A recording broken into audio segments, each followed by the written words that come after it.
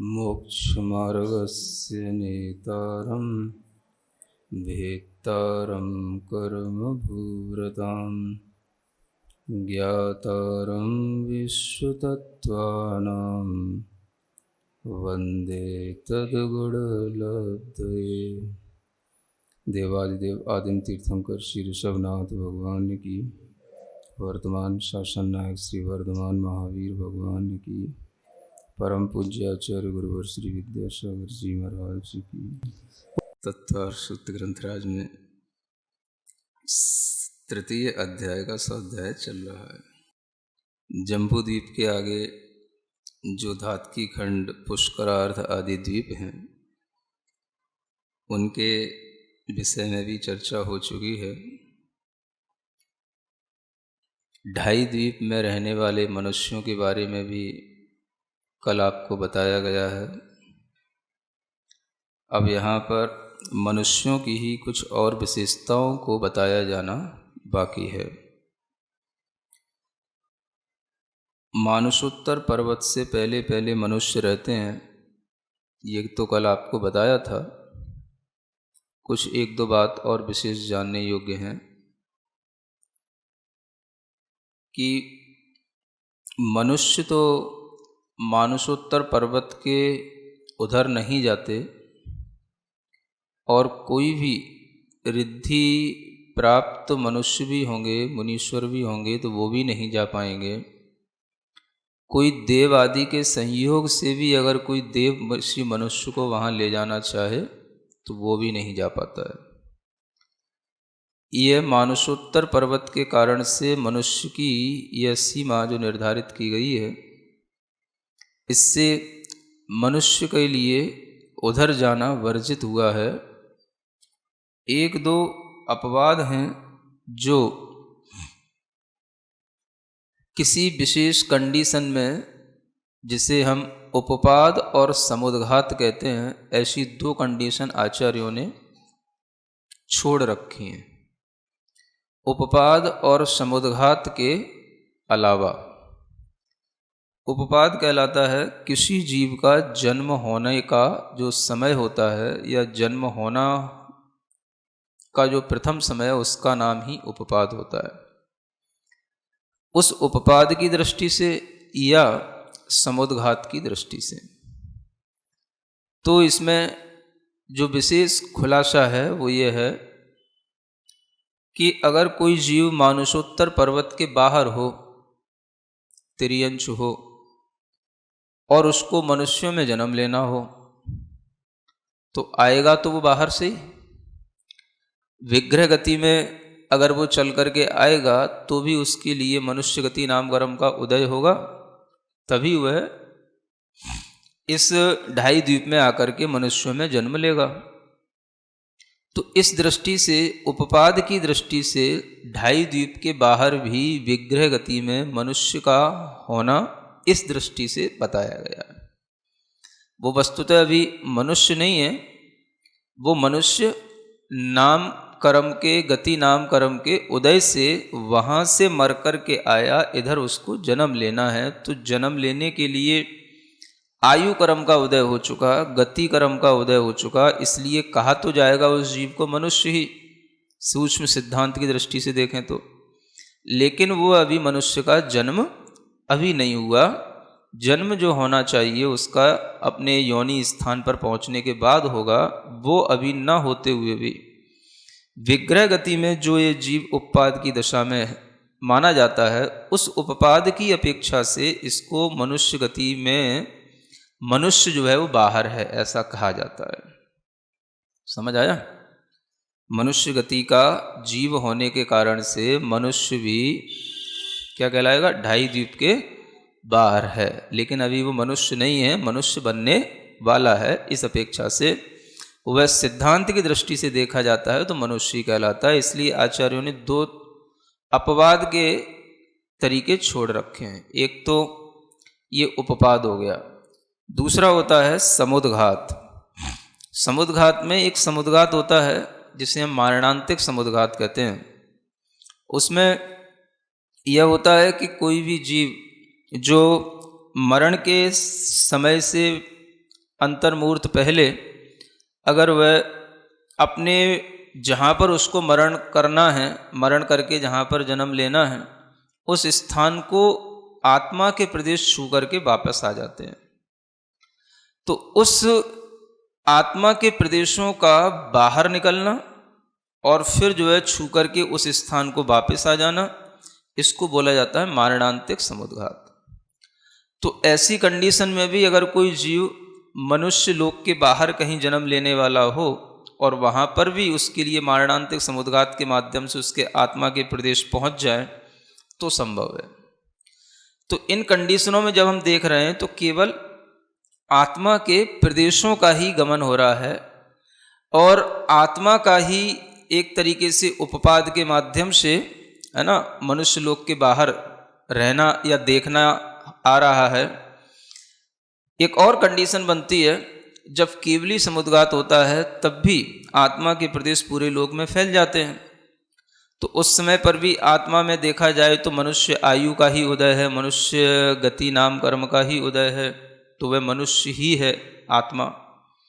तो केवली समुद्घात में भी आत्मा के प्रदेश जब फैलेंगे तो ढाई द्वीप के बाहर भी वो होंगे। तो ऐसी स्थिति में भी वह आत्मा के प्रदेश ढाई द्वीप के बाहर निकल गए, तो वो भी कहलाएगा केवली समुद्घात, है ना। बस ये दो प्रकार के समुद्घात हैं और एक वो उपपाद की दशा है। इन तीनों दशाओं में ही बस मनुष्य ढाई द्वीप के बाहर है। समझ आ रहा है?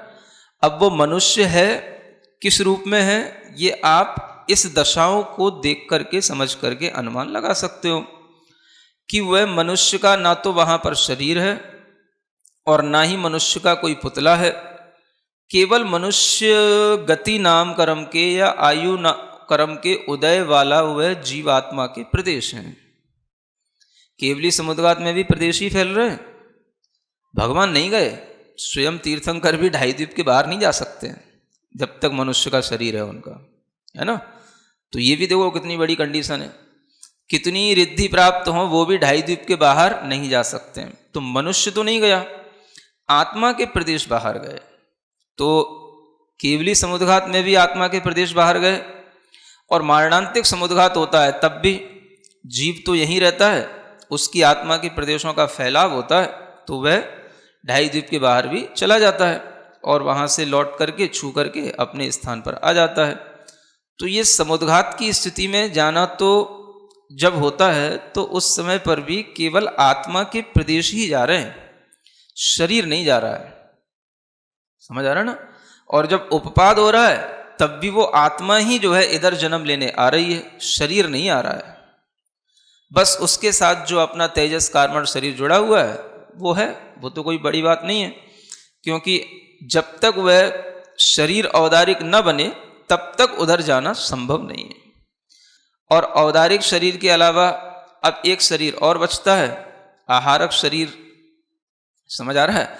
तो वो भी एक शरीर है, तो वह भी आहारक शरीर होने के कारण से वह उस शरीर के साथ भी सभी अंगोपांग बने हुए हैं, वो भी एक पुतला है, शरीर है और बिल्कुल मानव आकृति है, तो उसके साथ भी बाहर जाना संभव नहीं दिखता है ना। यद्यपि एक बार आचार्य महाराज ने इस विषय में बड़ा विचार किया, चिंतन दिया और उनकी धारणा में ऐसा है कि ये जाना चाहिए, तो वो आचार्य महाराज ने अपना चिंतन स्वरूप दिया है, लेकिन वो चीज़ जो है शास्त्रोक्त तरीके से बैठती नहीं है। अब आगे का सूत्र पढ़ते हैं। आर्या म्लेच्छाश्च। हाँ, अब इन्हीं मनुष्यों का, जो ये ह्यूमन बीइंग्स हैं, इन्हीं का दो तरीके से डिवाइडेशन किया गया है। एक तो इनको आर्य बोला है और एक मनुष्यों को म्लेच्छ बोला है। दो तरीके के म्लेच्छ होते हैं, मैंने दो कैटेगरी बनाई है केवल मनुष्यों की, है ना। तो आर्य का मतलब आचार्यों ने कहा है गुणैर गुणवद भिर्वा अर्यन्ते सेव्यन्ते इति आर्या, यानी जो गुणों से या गुणवान पुरुषों के द्वारा जो सेवित होते हैं या गुणवान पुरुषों के द्वारा जो पूजे जाते हैं वो आर्य कहलाते हैं।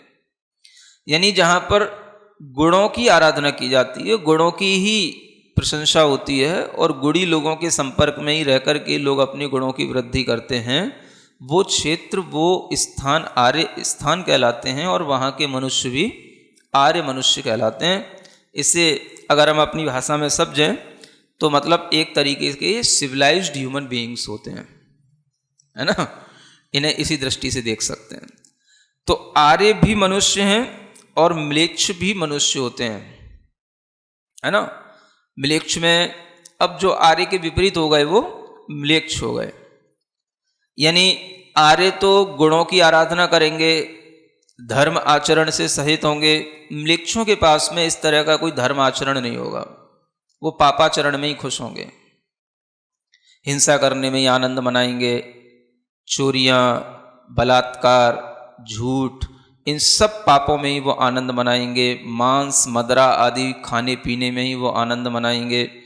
इस तरीके के जो ये धर्म कर्म से रहित होकर के जो आचरण किए जाते हैं, ये एक तरह के म्लेच्छों के आचरण कहलाते हैं।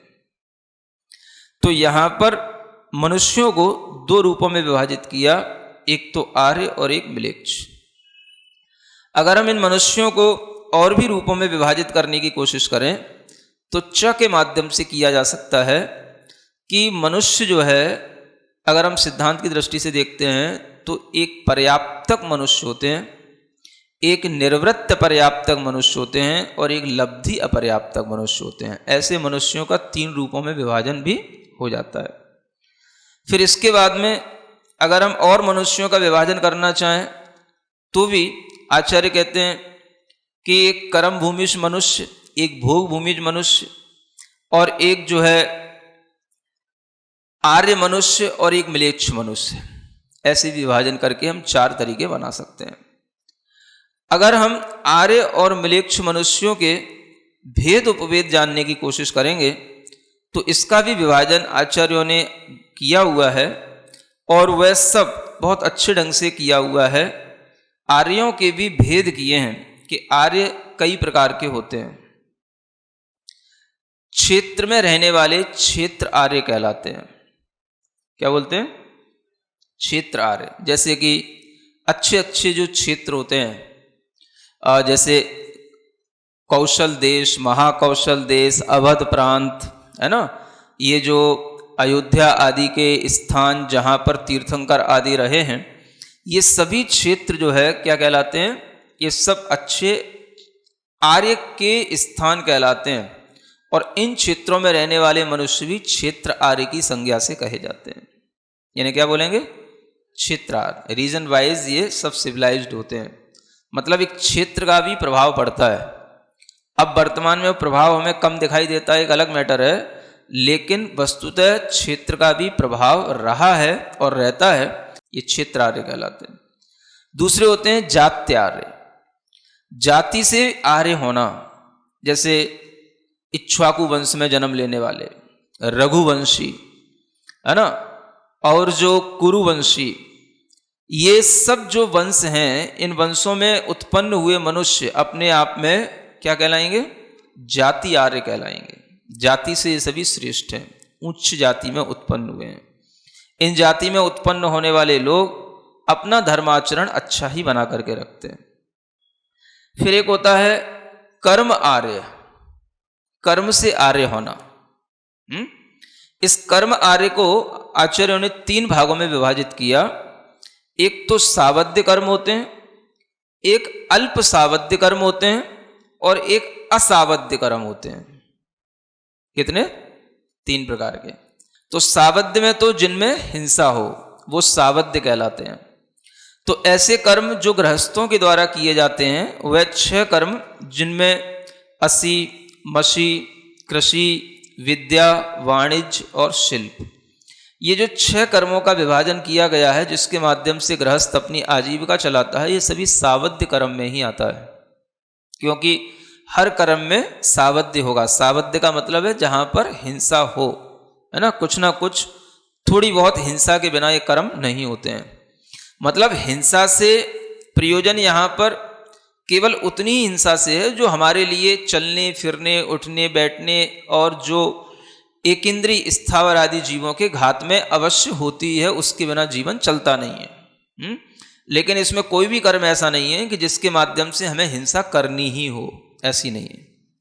तो ये आर्य इसलिए कहे जाएंगे, हिंसा के माध्यम से जीविका नहीं चलाते हैं या कोई भी भोजन आदि हिंसा के माध्यम से नहीं करते हैं, लेकिन उसमें वनस्पति आदि का जो अवश्य उसमें घात होता है वो उसमें सावध्य में ही माना जाता है। फिर एक होता है अल्प सावध्य, ऐसे लोग जो उस हिंसा से अपने आप को विरक्त करते हैं। त्रस हिंसा से विरक्त करना और स्थावर हिंसा तो होनी ही होती है। तो ऐसे देश विरती लोग, एक देश संयमी लोग, एक देश विरत लोग, पंचम गुण स्थान वाले जो व्रती श्रावक श्राविका होंगे उन्हें अल्प सावधि कहा जाता है। और उसके ऊपर जो यति मुनि होते हैं जो कि सभी प्रकार के सावध्य कर्म से रहित होते हैं, सभी प्रकार की हिंसा से रहित होते हैं, उन्हें कहते हैं असावध्य कर्म वाले आर्य। ठीक है, तो ये भी आर्यों का ये विभाजन है। ये सब किस में जाएगा? ये सब कर्म आर्य कहला रहे हैं। इसके अलावा भी एक आर्य बताए गए, चारित्र आर्य। चारित्र को धारण करने वाले पुरुष आर्य पुरुष कहलाते हैं। यानी जिन्होंने चारित्र अगर किसी के उपदेश से धारण किया है तो वह अधिगत चारित्र आर्य कहलाएंगे, और जिन्होंने चारित्र बिना किसी के उपदेश के धारण किया है तो वो अनधिगत चारित्र आर्य कहलाएंगे। ऐसे दो प्रकार के ये आर्य चारित्र के साथ संबंध रखने वाले होते हैं। और दर्शन आर्य यानी समीचीन श्रद्धा के साथ में जो आर्य पुरुष हैं वो दर्शन आर्य कहलाएंगे, यानी जिनके पास में सम्यक दर्शन हो। सम्यक दर्शन से सहित पुरुषों को यहाँ पर दर्शन आर्य कहा गया। तो इस तरह से ये आर्य पुरुषों का विभाजन 5 प्रकार के ये आर्य हैं। अब इन आर्य पुरुषों में आप 2 तरीके से विभाजन कर सकते हैं, एक तो रिद्धि प्राप्त आर्य और एक बिना रिद्धि वाले आर्य। यानी ऐसे आर्य पुरुष विशेष कहलाएंगे जिन्हें कोई ना कोई रिद्धियां प्राप्त हुई, तो वो कहलाते हैं रिद्धि प्राप्त आर्य। और जो रिद्धियों के बिना भी इस तरह से दर्शन, चारित्र, अच्छी जाति, अच्छी क्षेत्र आदि में रह करके धर्माचरण करते हैं, वो सब क्या कहलाते हैं? अनरिद्धि प्राप्त आर्य। तो ये जो अभी आपको 5 प्रकार के आर्य बताए हैं, ये किस कैटेगरी में जाएंगे? ये अनरिद्धि प्राप्त आर्य हैं। अगर आपको रिद्धि प्राप्त आर्यों के बारे में जानना है तो फिर वही रिद्धियों का जो वर्णन है, जिसमें मूल रूप से 7 रिद्धियां होती हैं और उन्हीं के और भेद करने पर वो 48 या 64 प्रकार की वो रिद्धियों के विभाजन हो जाते हैं। ये सभी पुरुष रिद्धि प्राप्त आर्य पुरुष कहलाते हैं, है ना। 7 प्रकार की रिद्धियों में मुख्य रूप से बुद्धि रिद्धि आती है, क्रिया रिद्धि आती है, तप रिद्धि आती है, बल रिद्धि आती है, औषध रिद्धि आती है, रस रिद्धि आती है, और एक होती है अक्षीण रिद्धि, है ना। ये मुख्य रूप से 7 रिद्धियां हैं मूल में। फिर इन्हीं के विभाजन करते हैं तो बहुत सारे इनके भेद उपभेद हो जाते हैं। तो इस तरह से ये रिद्धि प्राप्त आर्य भी इसी मानुषोत्तर पर्वत के इधर की ओर 2.5 द्वीप में ही रहने वाले सभी आर्य होते हैं, है ना। अब हम अगर रिद्धि प्राप्त आर्यों में थोड़ा सा आपको डिटेल बताएं तो आपको एक आइडिया के रूप में इतना ध्यान रखना है कि जैसे बुद्धि रिद्धि है तो बुद्धि रिद्धि में वो सभी रिद्धि आ जाएंगी, जैसे कोष्ठ बुद्धि रिद्धि, बीज बुद्धि रिद्धि, संभिन्न श्रुति रिद्धि, पादानुसारी रिद्धि, है ना। ये इसके अलावा 10 पूर्वी, 14 पूर्वी, अवधि ज्ञान की रिद्धियाँ, मन परय ज्ञान की रिद्धियाँ, यहाँ तक कि केवल ज्ञान की भी रिद्धि, सब किस में आ जाएगी? ये सब बुद्धि रिद्धि में आ जाती हैं। सभी रिद्धियाँ जितनी भी ज्ञान संबंधी रिद्धियाँ वो सब किस में? बुद्धि रिद्धि में आ जाएंगी। दूसरी होती है क्रिया रिद्धि। क्रिया में भी 2 प्रकार के भेद किए जाते हैं, एक क्रिया कहलाती है, एक विक्रिया कहलाती है। क्रिया में मुख्य रूप से जैसे आकाश में गमन करना, चारण रिद्धि होना, ये क्रिया रिद्धि में आता है। और विक्रिया रिद्धि में ये जो अणिमा, महिमा, लघिमा, गरिमा इत्यादि ये जो रिद्धियाँ आती हैं विक्रिया रिद्धि में आती हैं। इस तरह से ये क्रिया रिद्धि के ही सब भेद हो जाते हैं। फिर इसके बाद में तप रिद्धि आती हैं 3रे नंबर पर। तो तप रिद्धि में जो उग्र तप तपने वाले, महातप तपने वाले, दीप्त तप तपने वाले, तप्त तप तपने वाले, इस तरह की कई रिद्धियां हैं। तो ये सब क्या कहलाएंगी? तप रिद्धियों में आ जाएंगे। बल रिद्धियां आती हैं। बल में मनोबल की रिद्धि, वचन बल की रिद्धि, काय बल की रिद्धि, तीन ही मुख्य होती हैं इसमें। फिर इसके बाद में औषधि रिद्धियां आ जाती हैं। तो औषध रिद्धि में, है ना, अनेक औषधियां के रूप में वो रिद्धि काम आती हैं। जैसे विप्पो सही, खेलो सही, जल्लो सही, सब्वो सही, सर्वौषधि रिद्धि, मल औषधि रिद्धि, ये सब औषध रिद्धियां हैं। जो भी आप इनके बारे में कभी जब 64 रिद्धि विधान वगैरह करते हो तो सुनते रहते हो, पढ़ते रहते हो, ये सब वही रिद्धियां हैं। ज़्यादातर लोग इन रिद्धियों से परिचित भी हैं। फिर इसके बाद में रस रिद्धियां होती हैं। उन रस रिद्धियों में जो रस का स्राव होता है, जैसे मधुर श्रावी रिद्धि, सर्पी श्रावी रिद्धि, क्षीर श्रावी रिद्धि, ये रस रिद्धियां कहलाती हैं, जिनमें कि मुनिराज के हाथ में ही घी, दूध, अमृत जैसा रस उनके हाथों में खुद ही झरने लग जाता है। इन रिद्धियों की, इनको रस श्रावी रिद्धियां कहते हैं। और जो सातवीं होती है वो अक्षीण रिद्धि होती है। ये दो प्रकार की बताई गई, एक अक्षीण महानस, है ना, और एक अक्षीण आलय। दो प्रकार की होती है कि जहाँ पर वह मुनि महाराज बैठे हों, उस स्थान पर किसी भी प्रकार की कितनी भी जनता आ जाए तो भी उस स्थान पर कमी ना पड़े, इसको बोलेंगे अक्षीण आलय। और जिस स्थान पर मुनि महाराज ने आहार किया है, जिस बर्तन से किया है, उस बर्तन में फिर कितने भी लोग आहार कर जाएं, उस आहार की कमी ना पड़े, उसको बोलेंगे अक्षीण महानस रिद्धि। ठीक है ना। तो ऐसे ये शॉर्ट में आपको इन 7 रिद्धियों के बारे में बताया। ये सभी रिद्धि प्राप्त आर्य और अनरिद्धि प्राप्त आर्यों के बारे में आप संक्षिप्त से तो जान लिए हैं, और विशेष रूप से जानना हो तो बहुत बड़े बड़े ग्रंथों में, आचार्य अकलंग देव ने राजवार्तिक में, तिलोई पंडिती में, इन सब ग्रंथों में बहुत विस्तार से इन चीज़ों का वर्णन है। अब हम थोड़ा सा बात करते हैं म्लेच्छों की। आर्यों की बात करने के बाद में थोड़ी म्लेच्छों की भी चर्चा करनी है, क्योंकि कल भी प्रश्न उठे थे कि म्लेच्छ जो होते हैं वो 2 प्रकार के मुख्य रूप से विभाजित किए गए हैं। एक तो कर्म भूमिज म्लेच्छ और एक कहलाते हैं अंतर भूमिज म्लेच्छ, है ना। जो कर्म भूमि म्लेच्छ होते हैं वो तो यही म्लेच्छ कहलाते हैं। एक तो कर्म भूमि के आसपास रहने वाले, 5 खंडों में रहने वाले म्लेच्छ, वो भी कर्म भूमिज म्लेच्छ हैं। या कर्म भूमियों में भी रहने वाले कुछ म्लेच्छ होते हैं जो कि अलग अलग जाति में, जैसे जो निम्न तरीके से अपना जीवन जीते हैं, निम्न प्रकार का जिनका आचरण रहता है, और कोई जिनको धर्म कर्म से प्रयोजन नहीं रहता है, केवल हिंसा और पाप इत्यादि में ही आनंद मनाते हुए जो लोग अपना जीवन जीते हैं, और जिन्हें किसी भी प्रकार के धर्म भाव से कोई मतलब नहीं होता, ऐसे लोगों को भी कर्म भूमिज म्लेच्छ समझना चाहिए, है ना। तो ये कर्म भूमिज म्लेच्छ जैसे सबर, पुलिंद, किरात आदि जो जातियां हैं, ये म्लेच्छों में गिनी जाती हैं। इसके अलावा जो अंतर्द्वीपज म्लेच्छ होते हैं, अंतर्द्वीपज म्लेच्छ जो कि समुद्रों में होते हैं, लवण समुद्र और कालोदधि समुद्र, 2.5 द्वीप के भीतर 2 ही समुद्र हैं। तो इन अंतर्द्वीपज म्लेच्छों का रहना इन समुद्रों के किनारे और समुद्रों के अंदर है, इनके स्थान बने हुए हैं।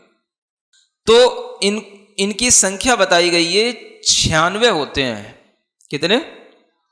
96।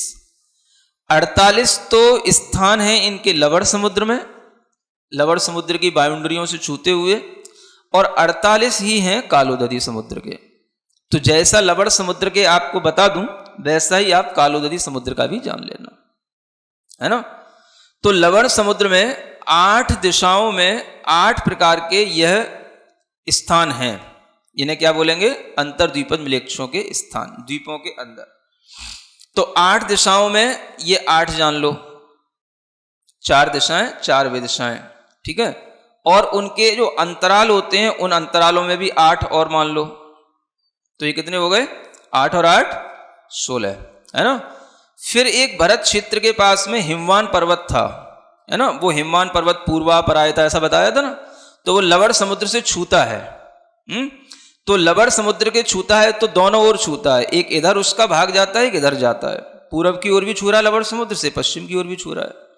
तो उसके दोनों पार्श्व भागों पर भी दो ये मिलेच्छों के द्वीप बने हुए रहते हैं। तो ये दो स्थान हो गए। ठीक इसी तरीके से ऐरावत क्षेत्र के पास में जो वहां पर कौन सा पर्वत होगा, शिखरी पर्वत, तो उसके भी दोनों पार्श्व भाग में दो ये द्वीप बने होंगे, यानी अंतर द्वीप इन्हीं को बोलते हैं, दोनों ओर। तो दो ये स्थान हो गए, है ना। और फिर भरत क्षेत्र में भी एक विजयार्थ पर्वत है, वो विजयार्थ पर्वत भी इसी तरीके से फैला हुआ है, तो उसके भी दोनों पार्श्व भागों में दो। और ऐरावत क्षेत्र में भी जो विजयार्थ पर्वत होगा उसके भी दोनों पार्श्व भागों में दो। ऐसे करके दो दो ये हो गए। तो ये टोटल कितने हो गए हैं? ये हुए 24। ये 24 जो अंतर्द्वीपज मिलेच्छों के जो स्थान बने हैं, ये बने हैं लवण समुद्र के बाहरी भाग में, और 24 ही होते हैं भीतरी भाग में। माने 24 बाहर के तरफ और 24 अंदर की, लवण समुद्र के अंदर भीतर की तरफ। तो ऐसे करके 24 ये 48 हो जाते हैं। तो 48 ये क्या हो गए, लवण समुद्र के अंदर के ये द्वीपज हो गए, द्वीप हो गए। अंतर द्वीपज का मतलब होता है द्वीप के अंदर, ज माने जन्म लेने वाले, अंतर द्वीपज ये मिलेच्छ कहलाते हैं। ठीक है। फिर उसके बाद में जैसे लवण समुद्र की व्यवस्था बताई वैसे ही कालुदधी समुद्र के साथ में बना लेना। तो ऐसे 48 लवण समुद्र के और 48 ही कालुदधी समुद्र के ये अंतर्द्वीपज मिलेच्छ मिला करके 96 अंतर्द्वीपज ये मिलेच्छ हो जाते हैं। अब देखो इनको भी मिलेच्छ कहा गया है। कैसे इनका क्या आकार होता है, क्या इनका रहन सहन होता है, ये बड़ा विचित्र है। समझ आ रहा है? सामान्य जो मनुष्य हैं उनसे एक तो इन मनुष्यों की आकृति बड़ी बेढंग की होती है, पढ़कर के भी एकदम से समझ में नहीं आता कि ऐसा भी होता होगा। समझ आ रहा है?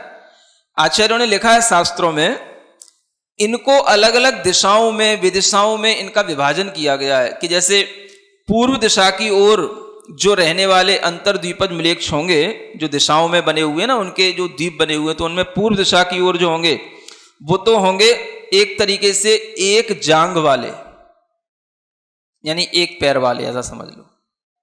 समझ आ रहा है? अब मनुष्य हैं लेकिन नियम से वहां पर वो एक पैर के साथ ही होंगे।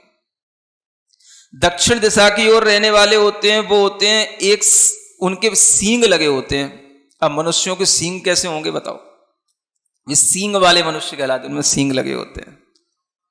समझ आ रहा है? बड़ा विचित्र है इनका आकार प्रकार। पश्चिम दिशा में रहने वाले होते हैं पूंछ वाले मनुष्य होते हैं, उनमें पूंछ होती है। और जो उत्तर दिशा की ओर रह रहे होते हैं वो गूंगे होते हैं, वो गूंगे मनुष्य होते हैं। ये तो आपको दिशाओं के अनुसार बता दिया। इसके अलावा विदिशाओं में, उनके अंतरालों में न जाने कितने तरीके के, किसी की ऊंट की आकृति है, ऊंट के मुंह की आकृति है, किसी के गधे की आकृति है, किसी की हाथी की आकृति है ना, कोई शीशा के समान मुख वाला है। इस तरह से बहुत विचित्र विचित्र मुख वाले ये मनुष्य हैं। ये त्रियंच नहीं है, क्या है? मनुष्य हैं। रहना इनकी आकृति इस तरीके की है कि केवल इतना लिखा है शास्त्रों में कि जो पूर्व दिशा की ओर रहने वाले जो मनुष्य हैं अंतर्द्वीपज, ये तो केवल गुफाओं में रहते हैं, और बाकी के जितने भी हैं वो सब कहाँ? बाहर ही रहते हैं, खुले में फल फूल कंदमूल पत्ते वगैरह खा पी करके ऐसा अपना जीवन जीते हैं। अब वहां पर भी इनकी आयु जो है, मतलब एक पल्ली की आयु बताई गई है।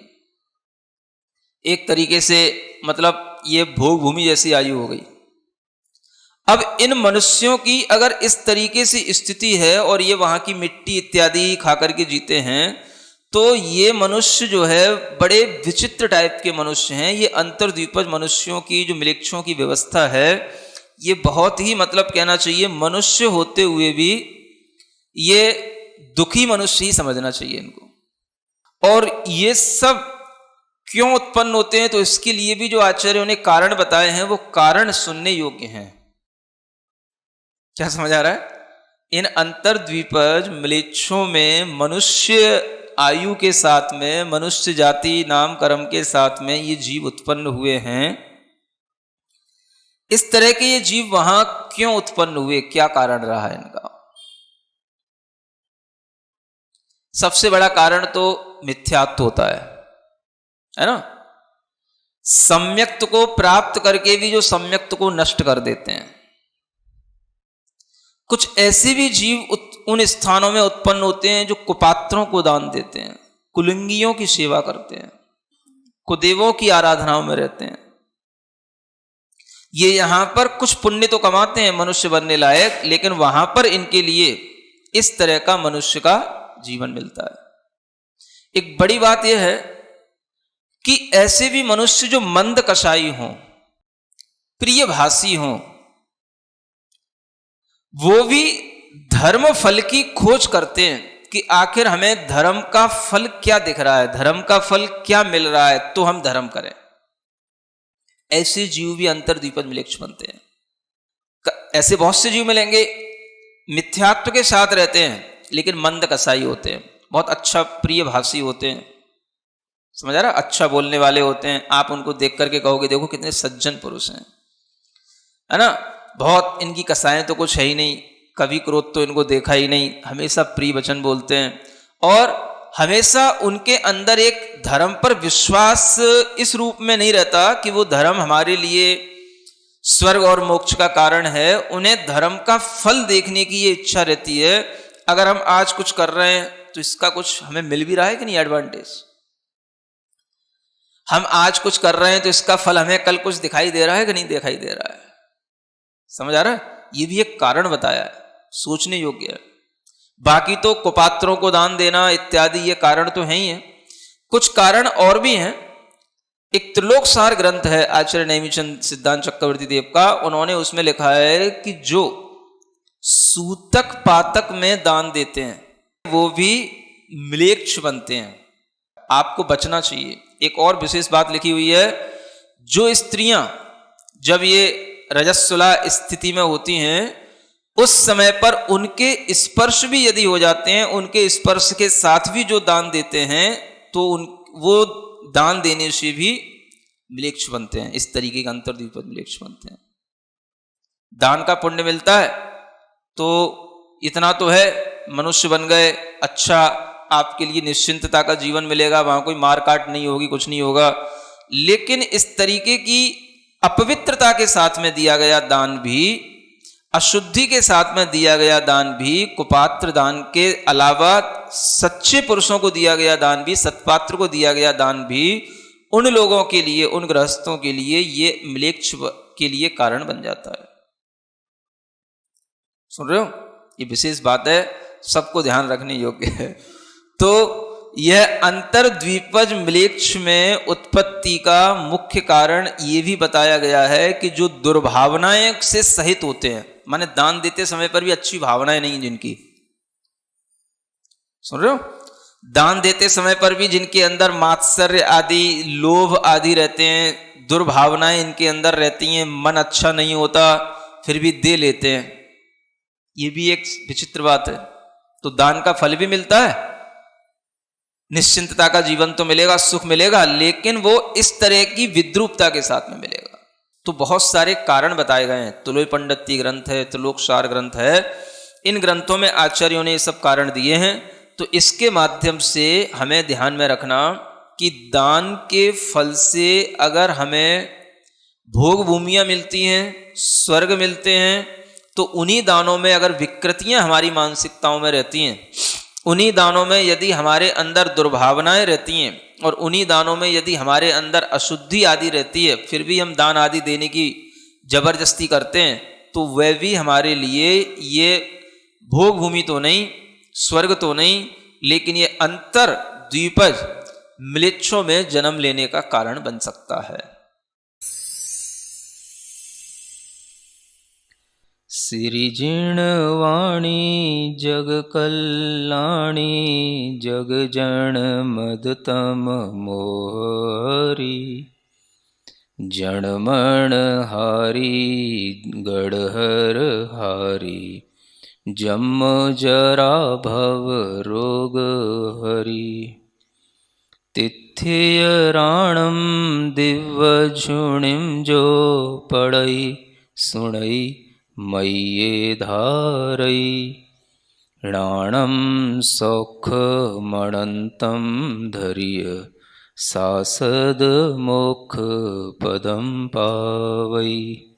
सासद मोक्ष पदम पावई।